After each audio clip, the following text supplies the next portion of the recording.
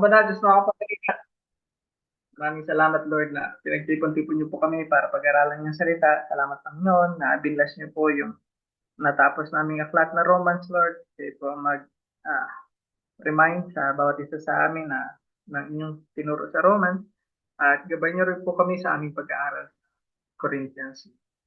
Kayo po ang maitaas sa lahat ng ito sa pangalan ni Jesus. Amen. So welcome po sa bagong aklat. Praise God na nakarating na tayo sa First Corinthians. So remind ko lang po tayo na yung purpose po na ang verse by verse na pag-aaral natin ng Biblia is para ma-make sense po natin yung salita ng Diyos. Yung hindi lang po natin kunin yung isang verse at gamitin po natin, i-apply po natin ayon sa ating imahinasyon. So, yun po, ang verse po ay nasa isang paragraph, ang paragraph ay nasa isang chapter, ang chapter ay nasa isang libro. At meron pong kinukuha po natin ng mga verses ayon sa sinasabi ng Biblia. So, marapat din lang po na ang pag-apply natin ng mga verses ay naaayon kung paano sinabi at in-apply ng Biblia yung passage na yun. So, ang hope po is hindi naman po para malaman niyo lahat ng leksyon, kundi magkaroon po ng mas maliwanag na pagkaintindi pag nagbasa po ulit kayo ng Romans na may apply po natin sa ating buhay at mabless po tayo at yung mga nakapaligid sa atin. So yun po. So wala po tayong recap dahil congratulations po, nasa bago tayong libro. Isa na naman pong pagpapala ng Diyos sa atin na makatawid sa isa na namang aklat ng Biblia. So hindi ko alam kung ilan na lahat ang natapos ng Bible study nyo dahil hindi po ako po ay dumating late. So ako po ay nakaabot ng sa Romans sa ito ngayon sa Corinthians. Ay sa Acts pala, nakaabot niyo sa Acts. So sa First Corinthians 1, sa po natin may paalala ko lang po sa atin na yung center po ng Bible is yung gospel. So kung saan yung Old Testament ay nagtuturo sa pagdating ng Messiah. At nangyari yung pagdating ng Messiah, nabuhay si Jesus, pinanganak si Jesus, naging matuwid, namuhay ng matuwid si Jesus, namatay si Jesus para sa kapatawaran ng ating kasalanan. Nasa hukay siya ng nasa kuweba, hindi hukay, nasa kuweba siya ng 3 araw. At nabuhay siya na maguli at tumakyat sa langit. Yun po yung nangyari. Yun po ang nilalaman ng ating New Testament. At yung Gospels po is yung Matthew, Mark, Luke, and John is yung 4 na account ng ginawa ni Jesus. Ng buhay ni Jesus.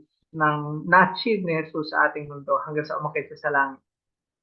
At yung Acts naman po is yung kwento ng paglabas, ang pagtayo ng church, pagbaba ng banal na espiritu, pagkatayo ng church, at paglabas ng gospel. Gospel simula Judea, Samaria, and to the uttermost part of the world. So, sa Corinthians, sa Romans sa Corinthians, ito po ay mga sulat ni Pablo, which is yung nagpapakita sa atin, sulat ito ng mga ni Pablo sa mga churches kung saan yung city ang pangalan ng letter. So, ang Corinthians ay sulat ni Pablo para sa mga Corinthians. So, ma-emphasize ko rin lang po na ito yung mga epistle o yung mga sulat na kung saan yung mga kaguluhan ng church, mga issues sa church is lumalabas. Kumbaga sa 4 Gospels, yung Gospels, yung Acts, yung paglabas ng Gospel galing Jerusalem, at yung mga epistles po, yun po yung sulat ni Pablo at ina-address niya yung mga issue sa mga simbahan, which is doon natin makikita yung application ng gospel.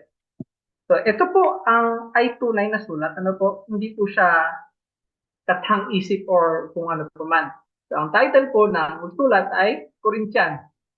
So, karamihan ng sulat ni Paul ay naglalaman ng pangalan ng city kung saan nakalagay yung simbahan. So, At ang Corinthians po is ang sulat ni Paul patungo sa church sa Corinth. So ang author po nito is si Paul. Makikita po natin yan sa sinulat niya na siya si Paul.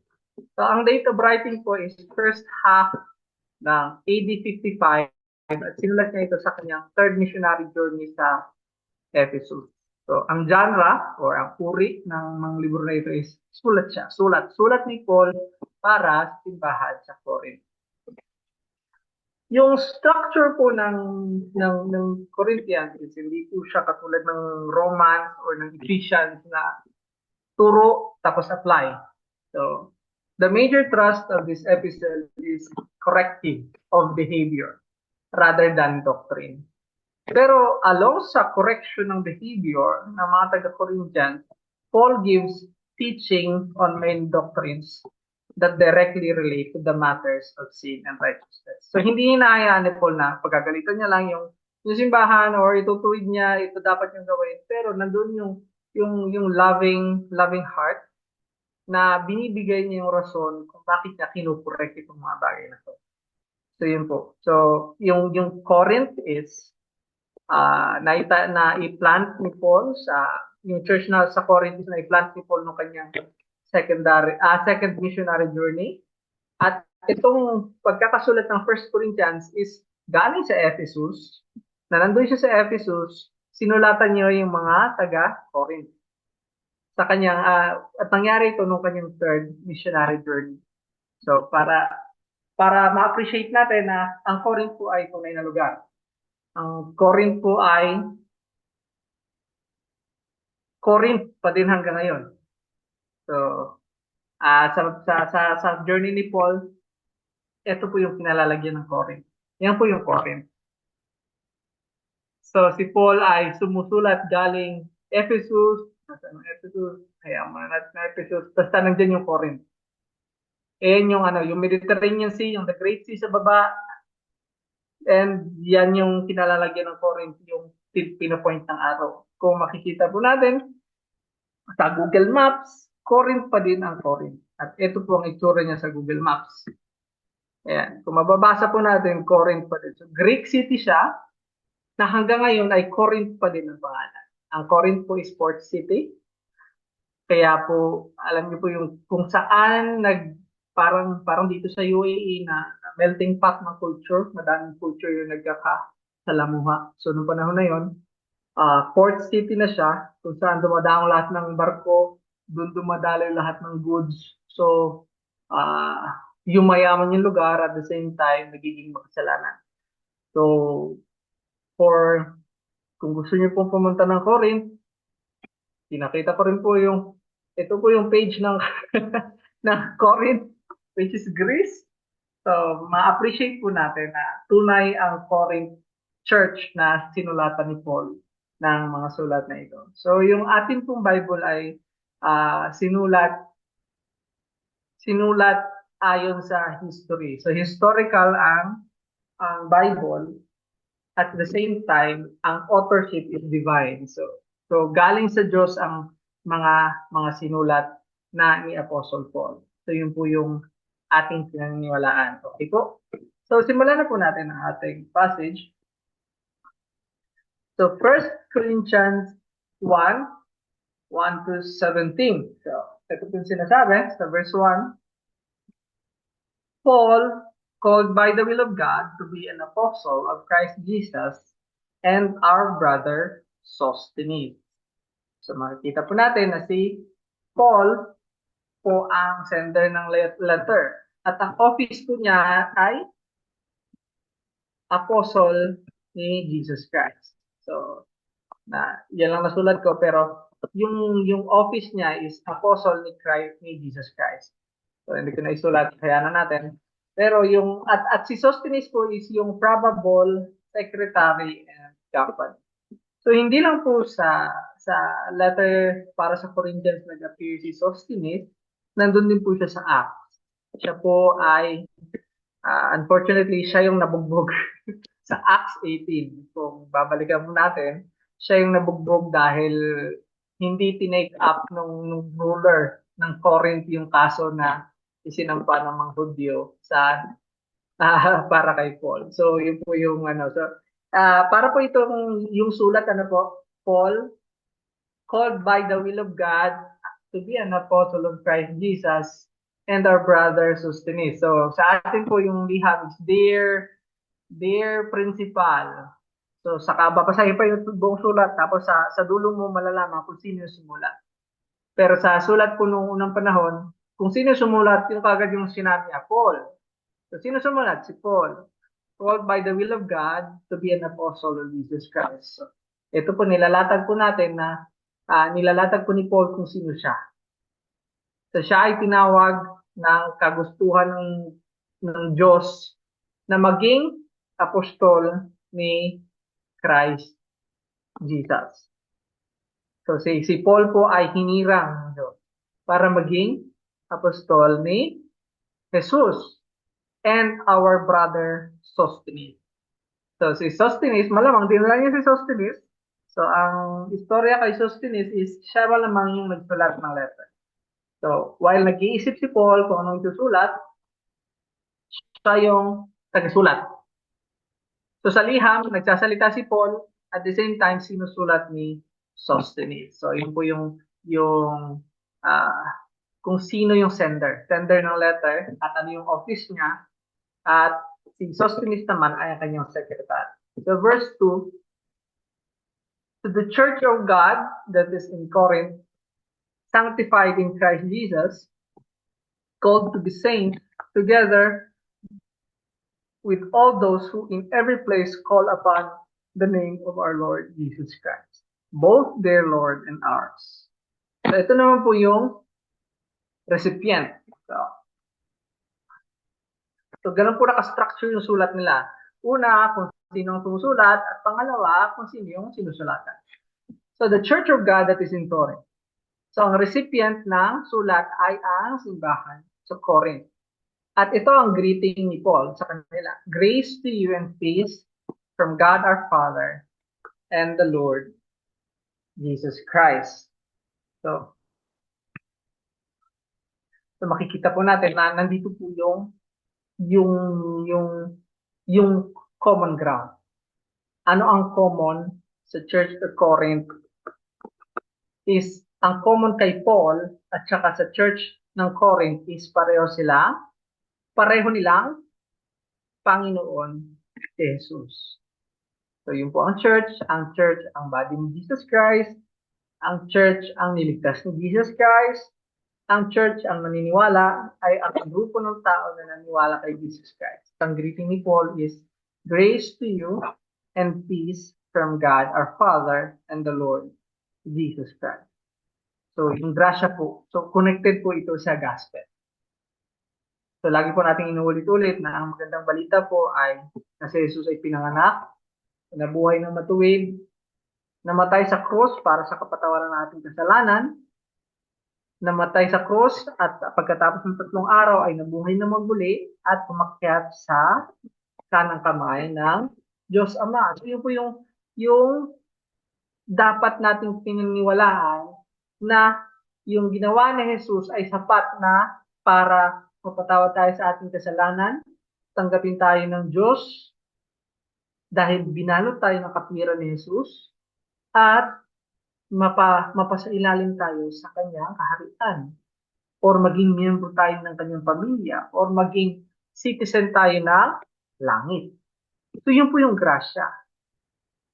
At ang pinaka-importante pong sa grasya na ito ay nagdudulot siya ng kapayapaan. So aanhin mo ang buong sanlibutan kung kaaway mo ang Diyos.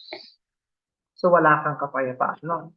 Pero sa grasya, na galing sa Diyos Ama, through the Lord and the Lord Jesus Christ, yung gospel na pinaniwalaan natin, meron tayo peace.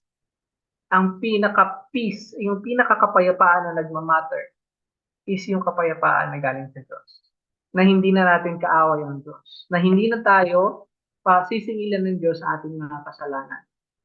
Na tayo ay napagwalang sala. Na tayo ay tumitingin sa pag-asa na makakasama natin si Jesus pagdating ng panahon. Yun po yung pag-asa ng Christian noon pa man, yung kapayapaan natin sa harap ng Diyos. So, yung Church of Corinth po, yun yung recipient, at yung grace to you and peace is yung standard na greeting ni Paul sa mga simbahan sa kanya, na kanyang sinusulatan. So, proceed po tayo. At ito naman po yung sinasabi ng verse 4. I give thanks to my God always for you because of the grace of God that was given you in Christ Jesus. So si Paul daw po ay nagpapasalamat sa Diyos palagi dahil sa grasya ng Diyos na binigay sa mga taga-Korinto sa pamamagitan ni Jesus Christ. That in every way you were enriched in Him in all speech and all knowledge. So sa lahat ng paraan, kayo ay napayaman sa salita at kaalaman. So ang grace of God that was given you in Jesus Christ, yun po yung kaligtasan or yung sabihin natin yung justification, yung pagpapawalang sala, paglagay sa isang believer sa pamilya ng Diyos, sa kaharian ng Diyos. So the salvation, yung kaligtasan of those believers from Corinth is the grace of God. That is only given, na binigay lamang sa pamamagitan ni Jesus. So kung maaalala po natin, may verse po na nagsasabing, walang ibang daan patungo sa Diyos Ama, kundi si Jesus lamang. No other name can we be saved, but only by the name of Jesus Christ. So yun yung specific na grasya ng Diyos na tinutukoy sa pasahe na ito. So that in every way, you are enriched. Pinayaman lahat. Yung pinayaman ng isang believer kay Jesus sa lahat ng pagsasalita at kaalaman.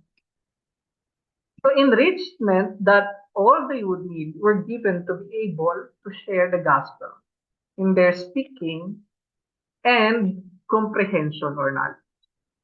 So pinayaman po tayo ng Diyos nung tayo ay naniwala sa magandang balita. So hindi po ito yung yaman na maibibigay ng kahit na anong dito sa mundo, kundi yung kayamanan na naintindihan natin yung kaligtasan ibinigay sa atin. So, makita po natin, maramdaman po natin na lagi po yung mga nagtuturo dito sa Bible studies, ina-emphasize po yung gospel. Ina-emphasize po na maintindihan natin yung gospel, maintindihan natin yung kung ano yung ginawa ni Jesus. Maintindihan po natin kung ano yung pangako ni Jesus na nakabase sa kanyang ginawa sa cross. Maintindihan po natin yung pag-asa na inilatag ni Jesus na gagawin niya sa kanyang muling pagbabalik. So pag nakuha natin lahat yon, po ba na pag na-share natin ang gospel, na ituro natin ang ating mga kaibigan, kakilala, kaaway, sa Bible or sa gospel na ipaliwanag natin sa kanila ng maayos yung gospel. Hindi po ba makikita natin yung enrichment na idinulot sa atin nung pagtiwala natin kay Jesus? So malamang hindi niyo mapapansin minsan siguro, pero mapapansin niyo pag sinabihan na kayong lumayo kayo sa akin, o lumayo ka nga sa akin, mapapasok ako sa iyo. Bakit parang ang banal-banal mo, lumayo ka nga sa akin, di ba? Ganun yung mga reaction sa ating mga Pilipino na huwag mo lapitan yan, masusunog ka. Di ba? Yun yung, samantalang tayo, ang gusto lang naman natin, abutin sila ng magandang balita. Which is convicting sa kanila at convicting din sa atin. Ang pinagkaiba lang, tayo niyakap natin magandang balita na yun dahil sa mga pangako niya. Nakapatawaran, at pagkatapos ng lahat ng bagay ito ay makakapiling natin siya. So makita po natin na na-enrich tayo. Yun po yung sinasabi ng verse. That in every way, you were enriched in Him in all speech sa lahat ng ating pagsasalita and all knowledge. So kahit sabihin natin basic lang yung kaalaman natin ng gospel, ito ay enriching na sa atin. Ito yung nakapagpalaya sa atin, naka-enable sa atin, at na-share natin. So more than sa pangangailangan natin, na-share natin yung gospel, na-share natin at pag-asa na pagsunod natin kay Jesus. Di po ba? So yun po yung sinasabi ng passage natin, that in every way, you were enriched in Him in all speech and all knowledge. Even, sa verse 6 po, even as the testimony of Christ was confirmed among you. So that you are not lacking in any gift as you wait for the revealing of our Lord Jesus Christ. Hindi po ba napakaganda na makikita natin sa binasa natin dito na yung Corinthian church ay gumagana siya. Na-confirm sa kanila yung gospel. Ibig sabihin nakita sa kanilang buhay. So, the testimony about Christ. So, the gospel was confirmed among Corinthian believers. So, pag nagsabi po si Paul ng confirmed, is hindi lang basta-basta na nagsasalita sila ng tungkol sa gospel at nagsasabi sila ay Christian.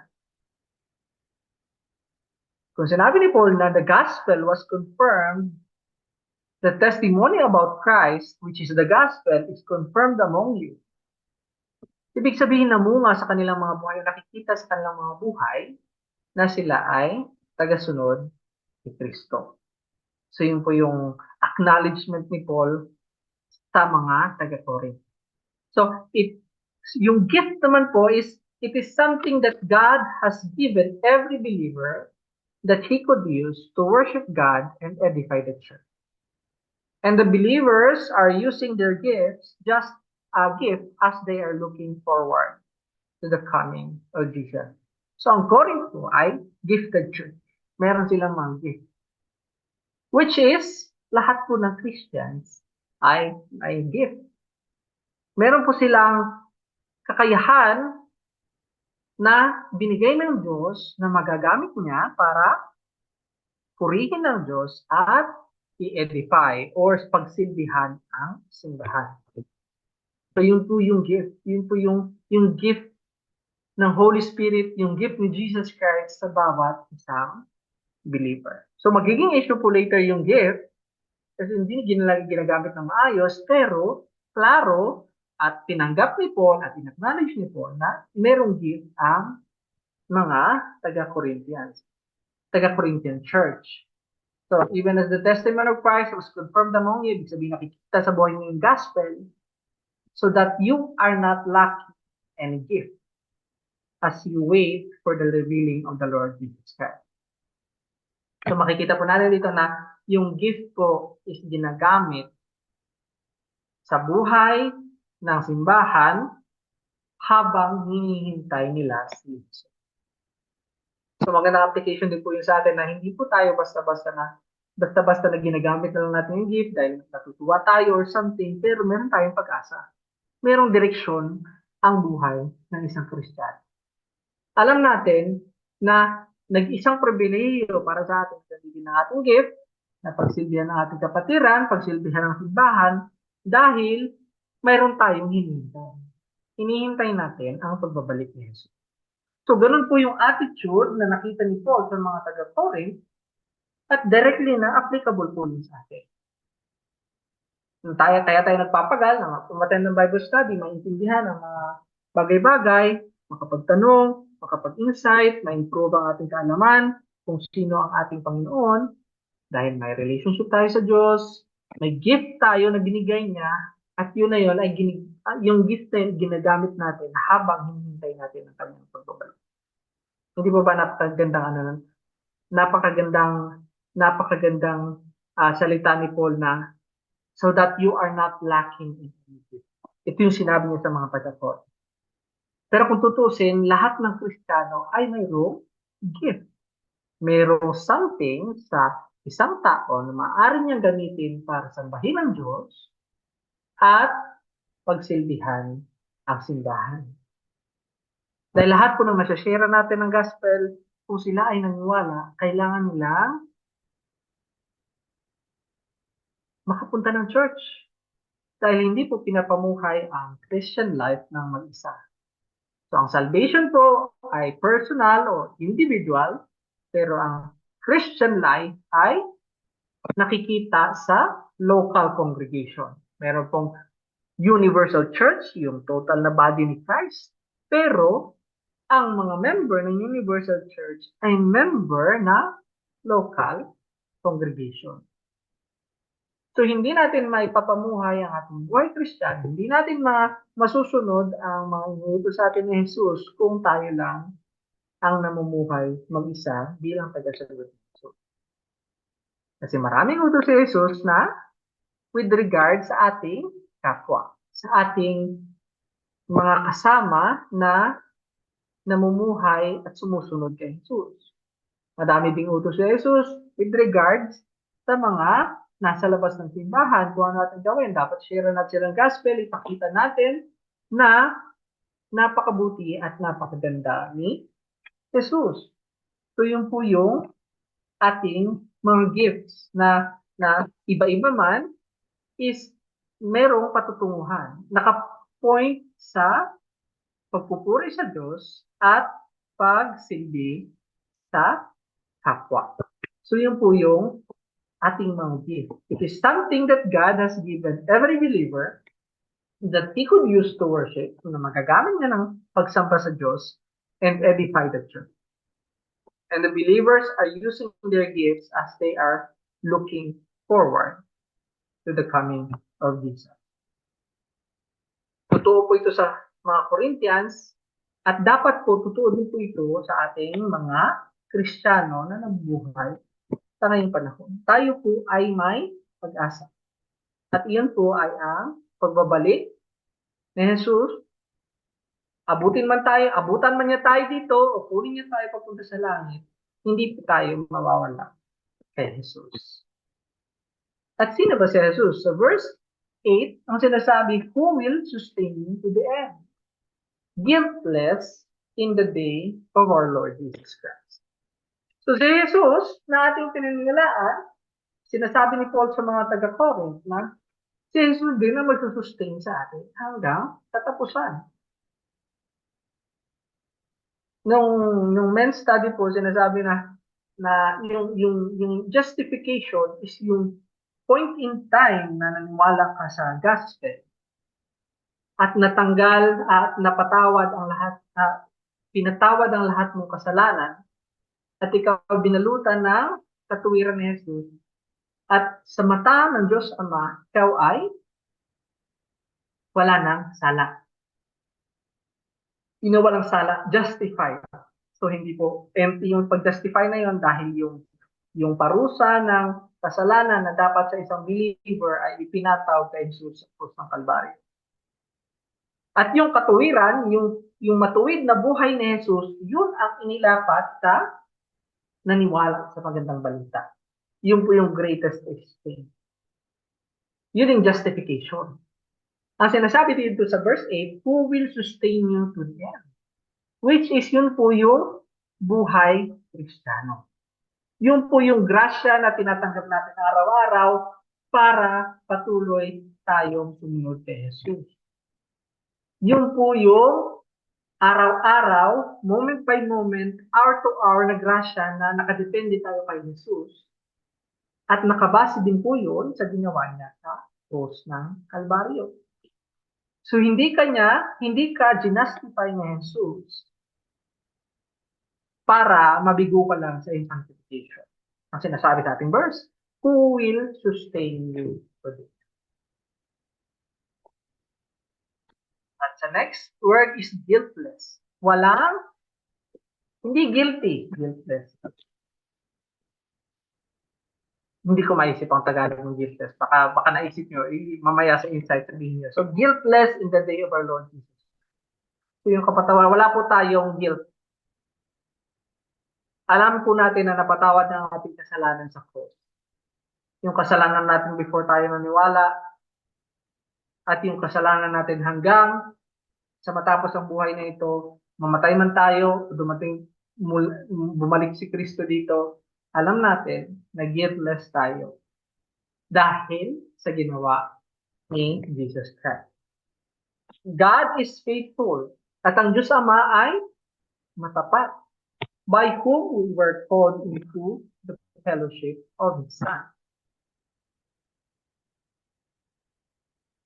So, si Jesus ang nagsusustain sa atin hanggang sa huli, pero dahil din sa katapatan ng Diyos Ama, by whom you were called into the fellowship of His Son. Ang ibang sabi po dito is, ito yung tinatawag na election. God is faithful, by whom you were called into the fellowship of His Son. So maalala po natin na ang lahat ng tinawag ng Diyos Ama ay hindi tatanggihan ni Jesus. Bagkus Kanya tatanggap. So si Jesus Christ will sustain the believer to the end. Jesus Christ will bring a believer guiltless in the day of His coming. While si God the Father is faithful, matapat. Ibig sabihin, hindi niya binabawi ang kanyang mga pangako. So ang ginawa ni Jesus, ang kaligtasan na galing sa Diyos Ama na isinigawa ni Jesus ay hindi niya itatanggi. Pag tayo ay naniwala sa gospel, tayo ay pinangakuan ng langit, God the Father is faithful. At yung mga tinawag ng Diyos Ama, ang pinili ng Diyos Ama, yung mga naniwala sa magandang balita, ay may fellowship kay Jesus Christ dahil sila ay pinili ng Diyos Ama. Dahil tayo ay pinili ng Diyos Ama. So yun po yung pinasasalamatan ko. Yun po yung pinasasalamatan ni Paul sa Diyos na merong grasya yung mga taga-Corinth. Merong kaligtasan yung mga taga-Corinth. Pero hindi po sila perfect. At meron po silang mga issue. So meron po tayong mga issue, meron po simbahan ng mga issue, at ngayon, tatamaan na kaagad natin yung unang issue ng Corinthian Church. So ito po susunod na sinabi ni Paul, so verse 10. I appeal to you, so ako ay nakikiusap sa inyo, brothers, mga kapatid, by the name of our Lord Jesus Christ, sa pangalan ng Panginoong Hesus Kristo, that all of you agree. That all of you agree. Lahat kayo ay magkasundo. And that there be no divisions among you. Na walang paghahati-hati sa inyong kongregasyon. But that you be united in the same mind, parehong pag-iisip, the same judgment, at parehong pagpapasya. Bakit? Anong nakarating kay Paul? So verse 11, for it has been reported to me by Chloe's people that there is quarreling among you. So parang pagkatapos nilang purihin, in-address na kaagad ni Paul kung ano yung nasa isip niya na nakarating sa kanya. So wala pong background information si Chloe, pero ang assumption is si Chloe ay may posibleng mayaman at may mga tao na nandun sa Corinth na nag-report sa kanya. So yun po yung parang obvious or something. Yung extrapolation ng study Bible at ng mga scholar na ito si Chloe is may mga tao siya na baka merchant siya na kailangan mag-travel from Corinth to Ephesus. At yun nga ni-report ng mga tao ni Chloe na that there is quarreling among you, my brother. So puntahan natin yung agree, that all of you agree. So by the name of our Lord Jesus Christ, that all of you agree. So posible ba yun na sa lahat ng bagay mag-agree ang mga tao? So hindi po posible yun, ano? Pero ang sinasabi dito, nadaanan na natin yung concept na pag-agree. Yung common ground. Yung common ground natin as a Christian. Yung mga bagay na nagbibigkis-bigkis sa atin, dapat agree tayo doon. May mga importanteng bagay sa church na hindi mo dapat i-compromise. So, ang sinasabi ko lang is na pag-aralan natin yung primary doctrine, secondary doctrine, at tertiary doctrine. So, naalala niyo po, yung primary doctrine po is nagde-decide kung Kristiyano ang isang tao o hindi. Yung secondary doctrine po ay yung mga bagay, yung mga teaching na nagdidikta kung pwede tayo magkaparehong simbahan. Yung mga tertiary doctrine po is pwede po tayong mag-disagree sa mga bagay nun at pwede tayo nasa parehong simbahan. So, yun po yung pinakasimple na ano. So, yun po yung set na ano. Pero yung mga sa central na bagay sa buhay Kristiyano, sa buhay church, that all of you agree. Lahat tayo ay magkakasundo. At hindi tayo maghihiwa-hiwalay sa loob ng church, paksyon-paksyon. But that you be united in the same mind, so pare-pareho na tayo ng pag-iisip at pare-pareho din tayo ng pagpapasya o hato. So kung medyo naalala niyo po, meron po mga tinatawag na creed. Ito po yung mga summary ng kung ano ang pinapaniwalaan ng isang Kristiyano. Meron din po tayong tinatawag na authority. So, ang authority po ng church ay si Jesus Christ. At nalalaman natin yung sinasabi ni Jesus Christ sa pamamagitan ng scripture, ng Bible. So, yung mga central na teaching ng Bible, dapat yun din yung pinag-aagrihan ng church. Kasi yun yung mga bagay na patungkol sa ating pananampalataya na nakarating sa atin na sinulat ng mga apostol na sumusunod kay Jesus. At maging din po yung ating yung ating mindset tungkol sa buhay simbahan at pananampalataya ay dapat pare-pareho at ang pagpapasya natin ay pare-pareho. So sa church po dito, mayroon pong dalawang dokumento ang mahalaga, which is yung covenant, statement of faith.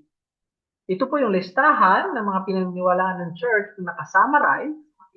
At yun po yung church covenant. Ito yung obligasyon ng pastor, ng bawat miyembro, ng bawat isa sa isa't isa bilang miyembro ng isang local congregation.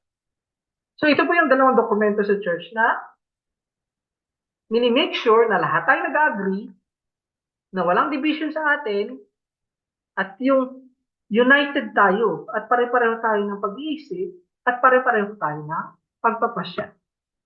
So, yun lang po yung example dito sa church, dito sa Ruay. So, bakit ano ba nangyayari sa Corinth nung panahon na yun? So, ito po yung nangyayari sa Corinth. Sabi ko, what I mean is that each one of you says, I follow Paul. Or, I follow Apollos. Or, I follow Cephas. Or, I follow Christ. Meron po sila mga paboritong leader or paboritong preacher. So ako, susundin ko si Paul. Si Paul, malupit ang gospel ni Paul. O kaya, hindi, kaya Apollos ako, magaling magsalita si Apollos. Hindi, kay Peter ako, kay Cephas ako. Si Cephas, si Peter, galing siyang Jerusalem. Nakita niya si Jesus Christ, nabuhay si Jesus Christ. Si Apollo, late na yun si Apollo. Si Paul, hindi naman nakita ni Paul na lumakad sa Jerusalem si Jesus. Tapos may ibang magsasabi, I follow Christ. Ako kay Jesus lang ako. Kay Jesus Christ lang, hindi ko diba? Ang sabi ni Paul, is Christ divided? Hati ba si Kristo? Was Paul crucified for you? Si Paul pa yung pinako sa cross? Napipiliin mo si Paul? Or were you baptized in the name of Paul? Binautismohan ka ba sa pangalan ng Paul? Ang sagot mo sa lahat ng tanong to ay hindi. So, ano tong problema? Anong problema sa Corinth? So, ang observation ko sa problem sa Corinth is nagkaroon ng faction at division according to personality. According to personality. Kung sino yung type mo, or kung sino yung connected sa'yo, or kung sino yung na-touch ka. So second is authority issue. So pag pumili ka ng isang tao, it follows na siya na yung authority mo. And the next thing is it lowers the perception, pinapababa ang pagtingin sa pamumuno ni Jesus sa kanyang tinuhan.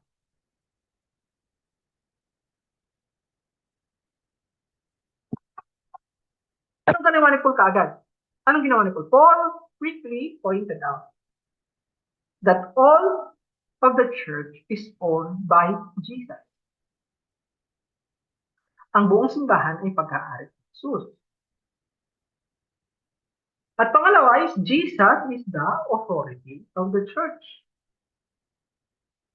At pangatlo, everyone was baptized in the name of Jesus, or mas kompleto, in the name of the Father, and of the Son, and of the Holy Spirit. Diba? Hindi po tao ang nagligtas. So kung babalikan po natin yung verse, kung si Paul lang ang sinusunod mo, paano yung supposed to be na benefit makukuha mo kay Apollos, kay Cephas, na lahat sila ay nagtuturo ng tungkol kay Kristo. Di po ba?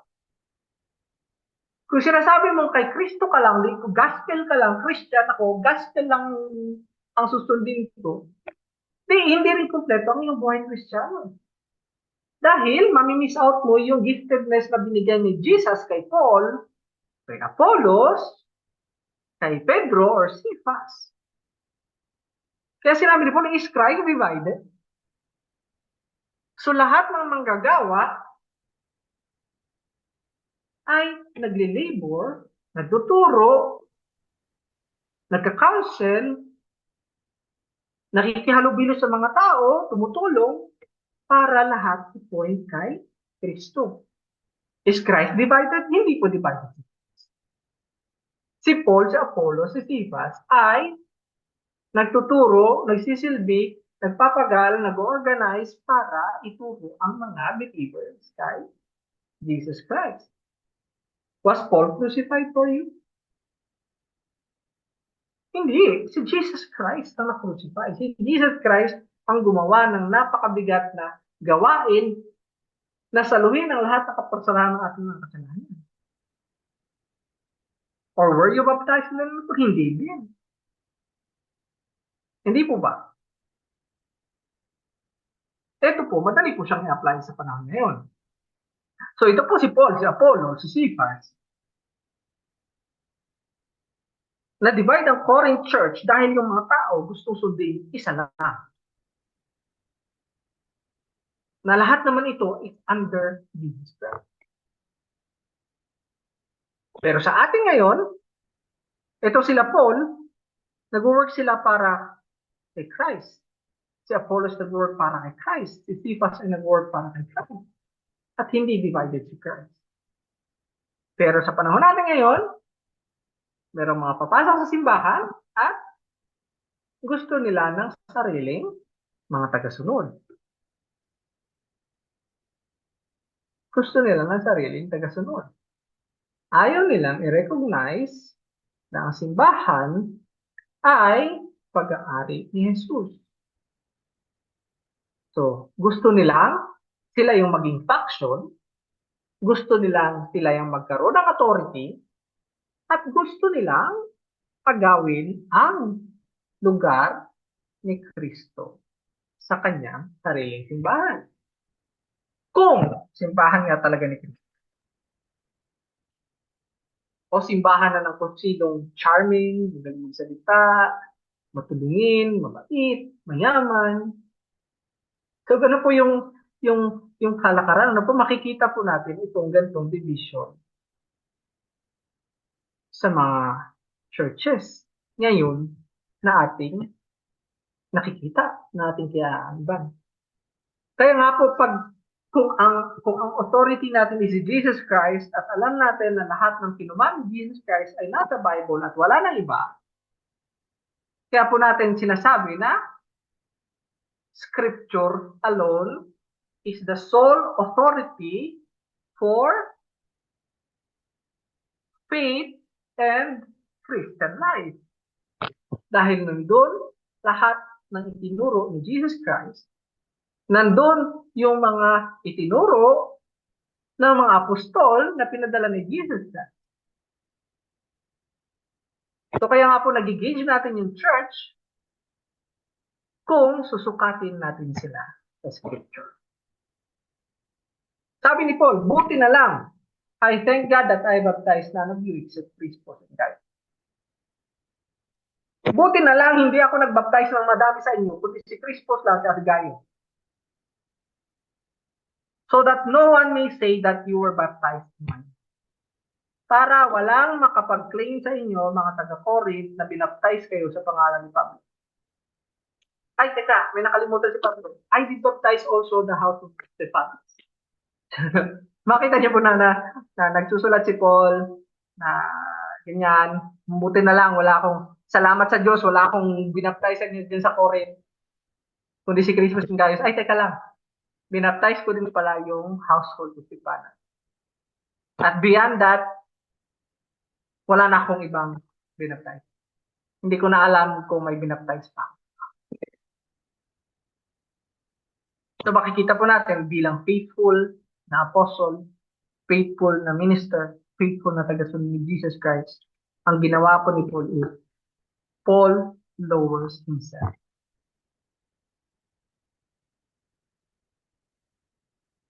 So, at ito din pong verse na to is, makikita po natin na mukhang isa yung reason na nagkakaroon ng undue, hindi karapat-dapat na elevation yung mga tao is dahil sa emotional connection nila sa kung sinong nag-disciple sa kanila, kung sinong nag-baptize sa kanila. So kung alam po natin yung gospel, kung alam po natin yung sinasabi ng Biblia, mame-measure po natin ang faithfulness ng simbahan o ng minister kung itinuturo niya tayo kay Kristo. Kung si Brother Dong is itinuturo yung Bible study na ito kay Kristo, kung si Brother Vincent, si Elder Vincent is tinuturo yung sinasabi ng Bible, pinaparangalan si Jesus, itinataas si Jesus.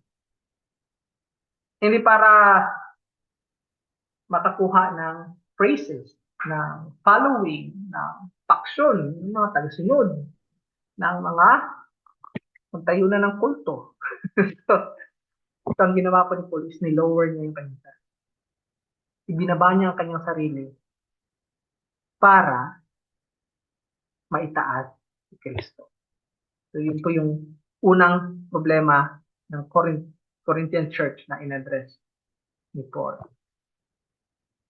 Sabi nga ni Pablo sa verse 17, for Christ did not send me to baptize, but to preach the gospel. So, alam po ni Paul kung ano ang kanyang pinapagawa sa kanya. Ang pinapagawa ni Jesus kay Paul ay i-preach ang gospel sa mga Gentiles. Maging sa mga Gentiles.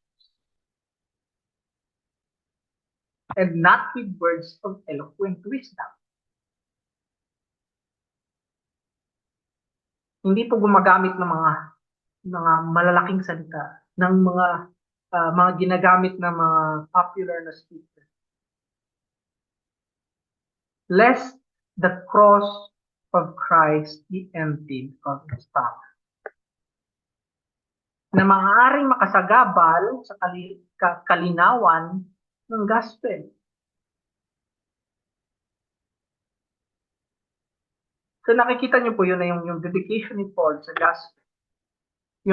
Yung kagustuhan niya na maipaabot yung magandang balita na in-accomplish in Jesus Christ the cross is napaka-importante. Yung gospel na ito, yun yung nag-save kay Paul.